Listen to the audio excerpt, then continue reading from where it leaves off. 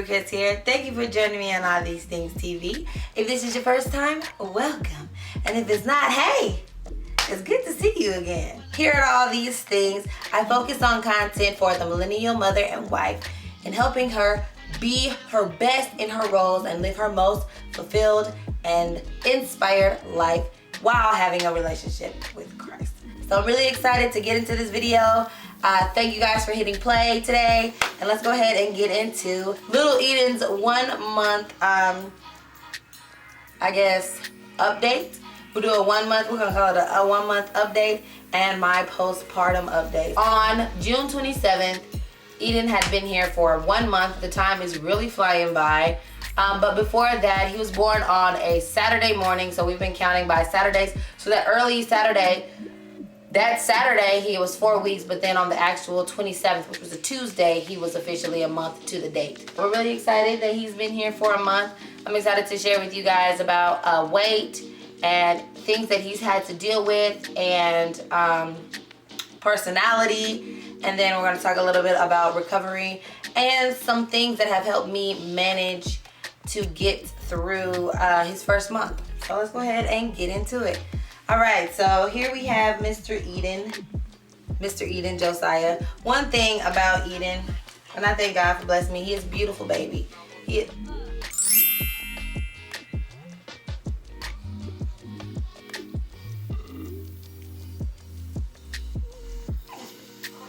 All right, he is a beautiful baby boy, and because he has this curly hair, and I guess he's pretty. I don't know how you feel about saying that about a little baby boy. Everybody wants to refer to him as a girl. Everybody wants to refer to him as a she, and he's a boy. He's a boy. He was born 7 pounds, and we just went to the doctor on Tuesday, and they said that he is officially 8 pounds and 11 ounces. Now here's the scary thing, because when he was, it wasn't really scary. Let me rephrase that.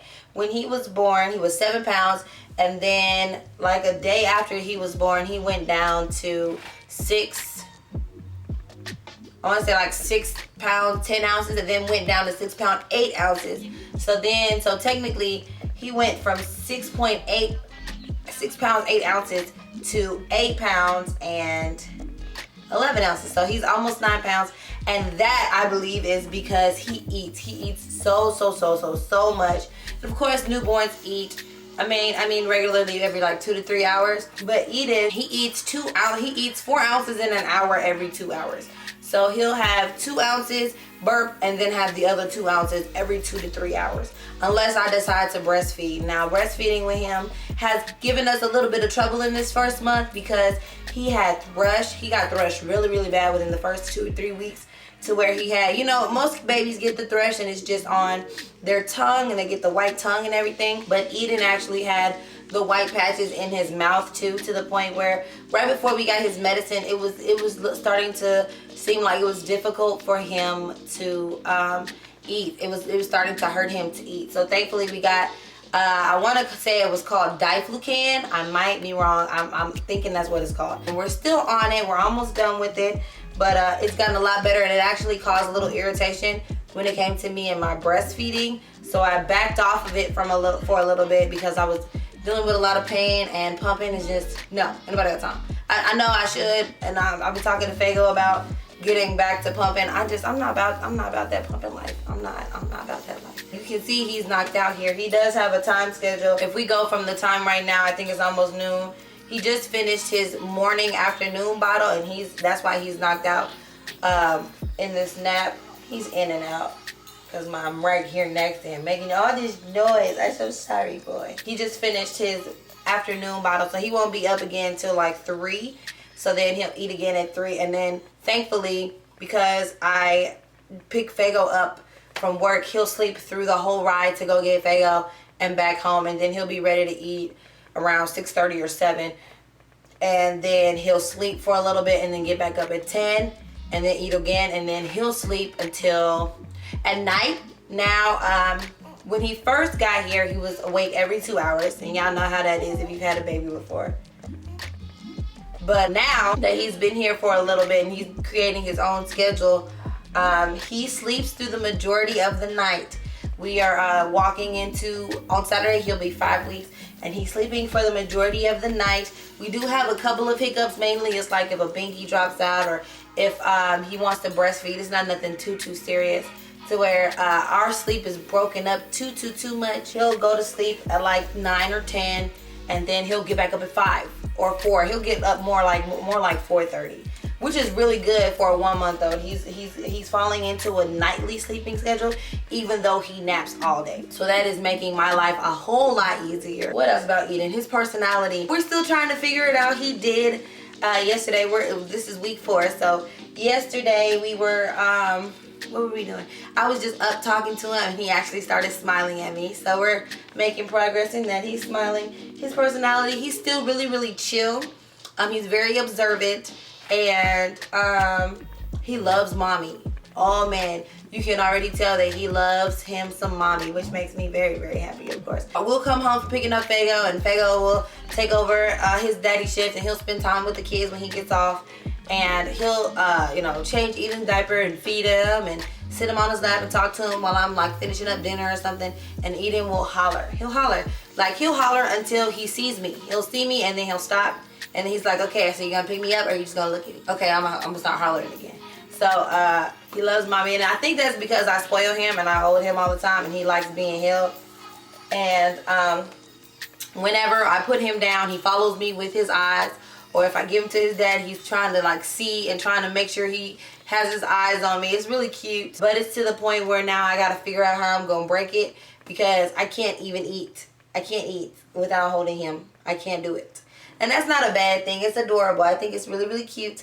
But I would like to eat a hot meal instead of having to hold a baby and alternate, you know what I'm saying? I think that's it for little Edie. So let me go ahead and talk about me in terms of recovery. I didn't really talk much about what happened to me when it came to delivery. I did have a minor tear. It wasn't anything. I think I had 2 tears. I had a tear on the top and a tear on the bottom. Last time I checked, and yes I did, I highly suggest, this is graphic, I highly suggest that once your bleeding stops, that you check on yourself regularly, so you can see where you are, and you can gauge where you are and what you can do in terms of intimacy, or moving around, things like that. Personal care. You need to see what's going on down there. You can't just cross your fingers and hope that when the 6 weeks is over, everything is okay. Because that is something that I failed to do in the first time. And the second time, thankfully, it was a lot easier. So I had the graciousness. God graced me to only bleed for 2 weeks.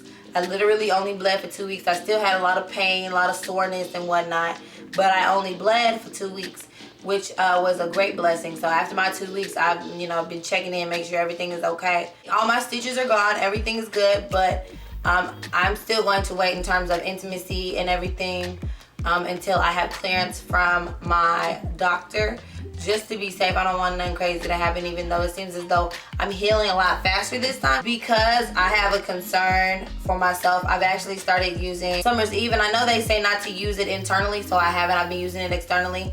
And in healing, and I know this is probably a TMI situation, but it's actually fairly common. I Googled it and searched it. When I hit week 4, there was a weird scent that was coming from me, and it wasn't like horrible or anything.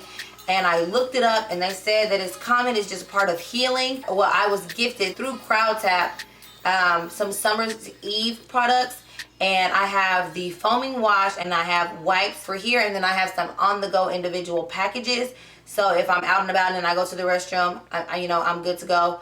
And then I use the foaming wash when I'm, cleaning in the shower and whatnot. And it's actually proven to help quite a bit with the scent and the healing. But they did say eventually that it would just go away.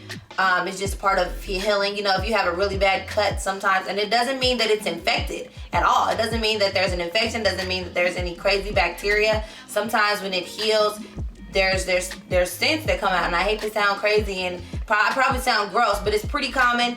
And I know that somebody that is going through postpartum will watch this and probably understand where I'm coming from. Thankfully, that's all cleared up, and Summer's Eve did help with that quite a bit. So I'm grateful for CrowdTap for sending it to me, because it helped a whole lot. Now, when it comes to my personal self-image, I think I'm doing good. I think I'm doing really good for having a kid. Breastfeeding has helped with weight loss a lot already. So lots of water, because I need water in order to breastfeed. Going back to my regular regimen, I don't really eat crazy to begin with. Just making sure that I'm not eating the whole bunch of cakes and donuts that I was craving with eating. And I'm gonna have to probably detox my body from a lot of the sugars, because I had a lot of carby, sugary cravings with him. So now my palate is all mixed up. And I tried to have a smoothie today with Greek yogurt, and I was like, oh, this is gross. And it was literally kiwi, strawberries, Greek yogurt, and milk, and flaxseed.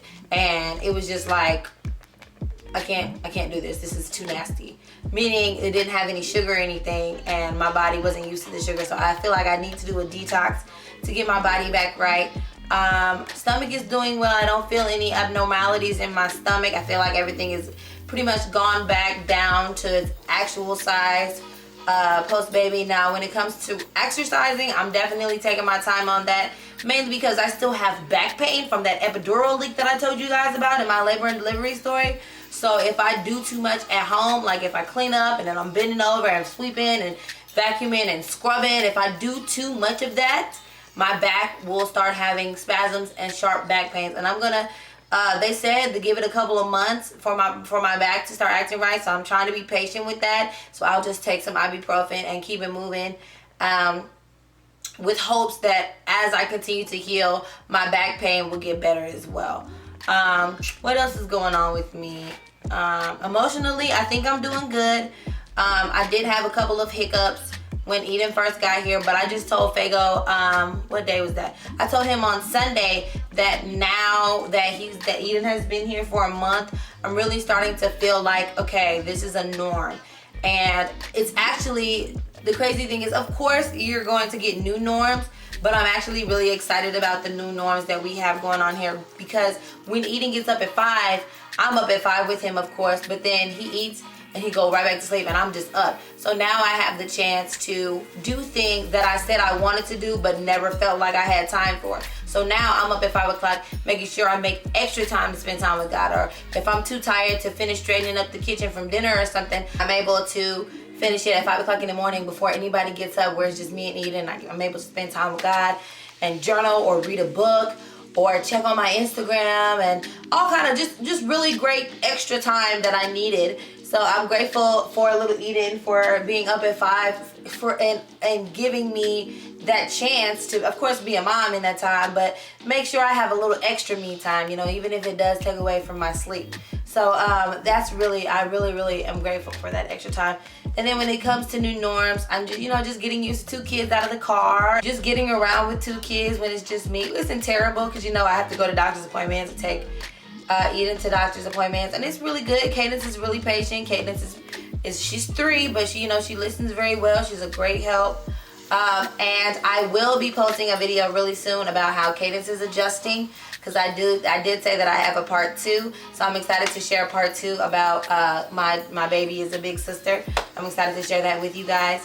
But that's pretty much it for the update. So I hope you guys enjoyed. I know it seemed like it was like short and sweet, but it's just the first month. Things are going well. I'm really excited to be a mom of 2 and to be a mom of a baby boy. So, other than that, I hope you guys enjoyed. If you have any suggestions for videos that you would like to see from me or here at All These Things TV, please be sure to comment below. And other than that, please like, comment, and subscribe, and we'll see you guys next time. Bye!